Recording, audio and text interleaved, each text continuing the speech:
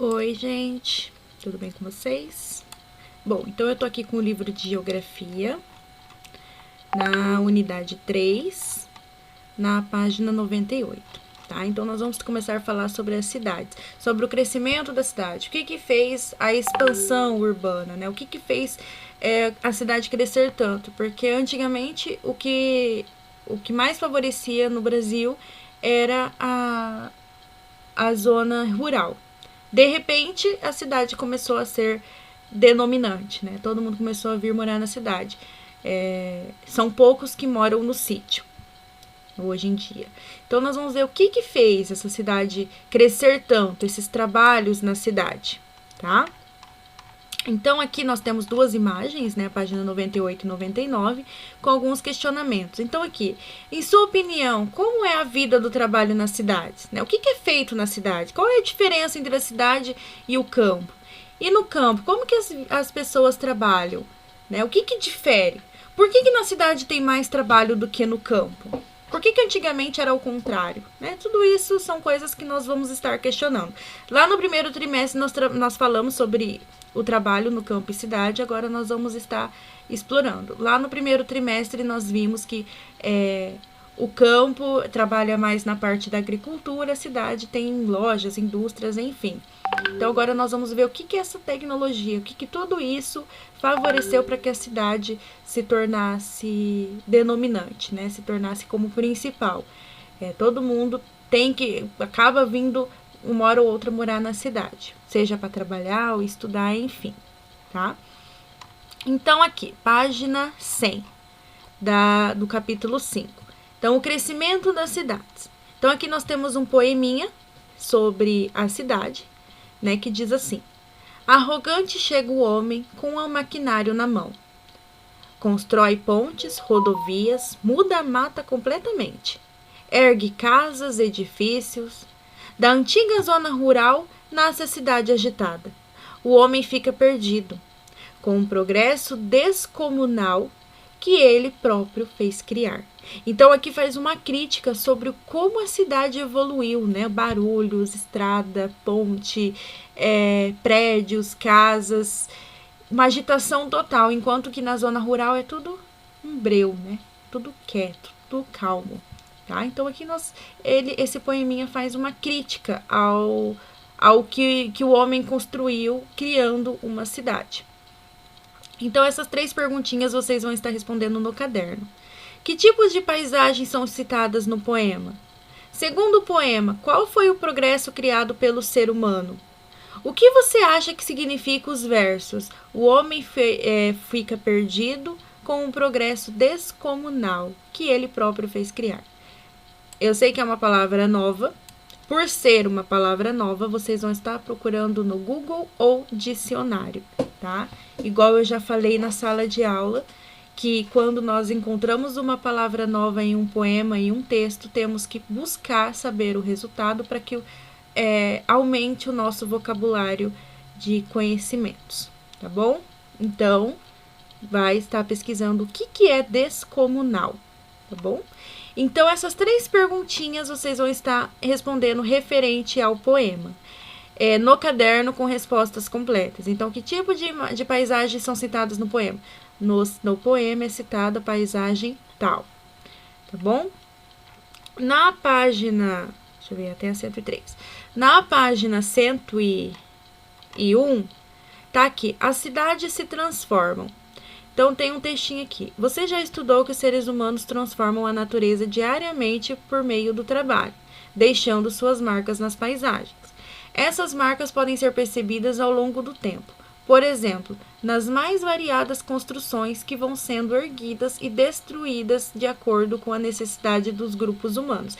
Então, no decorrer de toda a transformação de uma cidade, se faz um prédio, destrói um prédio. Se faz uma casa, destrói a casa. Então, a gente está sempre mudando, sempre reformando, né?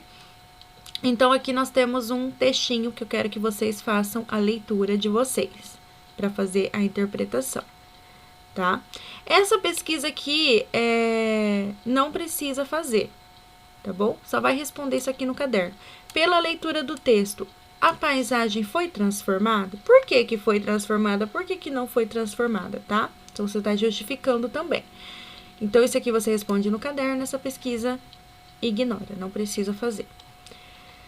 Na página 102, nós temos aqui outro texto. Então, diz assim: em muitas cidades, além das constantes modificações, chamam a atenção as formas urbanas que elas têm, relacionadas diretamente com o sistema viário. Vamos ver alguns exemplos mais comuns. Muitas vezes, as cidades crescem acompanhando a extensão de uma estrada, de uma linha férrea ou até mesmo de um rio. Você vai entender como um projeto para promover a ocupação das regiões norte e centro-oeste do Brasil impulsionou o crescimento de muitas cidades e transformações na paisagem. Na década de 1960, uma enorme rodovia começou a ser construída. Ela recebeu o nome de Belém, Brasília, pois pretendia interligar, vocês vão ver o que é, vão pesquisar o que é interligar, que eu acredito que vocês, alguns, pode ser que não saibam o resultado. Então, pois pretendia interligar essas duas capitais, aumentando o escoamento de produtos agrícolas e integrando as regiões norte e centro-oeste. Muitas cidades começaram a ser construídas às margens dessa rodovia. O sistema viário brasileiro foi o elemento mais importante para o planejamento. A organização e o crescimento das cidades às margens dessa rodovia, o que fez com que suas atividades econômicas e sua forma urbana acompanhassem a estrada. Essa forma urbana é conhecida como linear. Então, aqui nós temos o mapa que foi feito aqui sobre essa rodovia, né, que eles criaram. E nós temos aqui duas fotos de satélite, tá? Mostrando como que foi feito essa estrada, explicando como que foi feita essa estrada que diz aqui no texto. Então, você vai fazer a leitura do texto novamente, caso você não tenha entendido, para entender como que aos poucos foi construindo e foi modificando as cidades, deixando de lado um pouco a zona rural e favorecendo a zona urbana, tá bom? E por fim, na página 103, vocês vão estar lendo esse texto também, que é a continuação ali do texto. Então, ó, além da forma linear, as cidades podem apresentar outras formas urbanas. Algumas cidades crescem a partir de um núcleo central e por corredores radiais. O desenho criado por essa forma parece um sol. Então, olha só o mapa aqui. Um centro a partir do qual saem raios diferentes tamanhos e direções.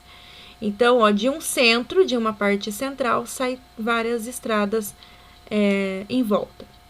O centro da cidade de São Paulo é um exemplo típico dessa forma urbana radial, já que as primeiras construções surgiram nesse núcleo e depois começaram a se expandir.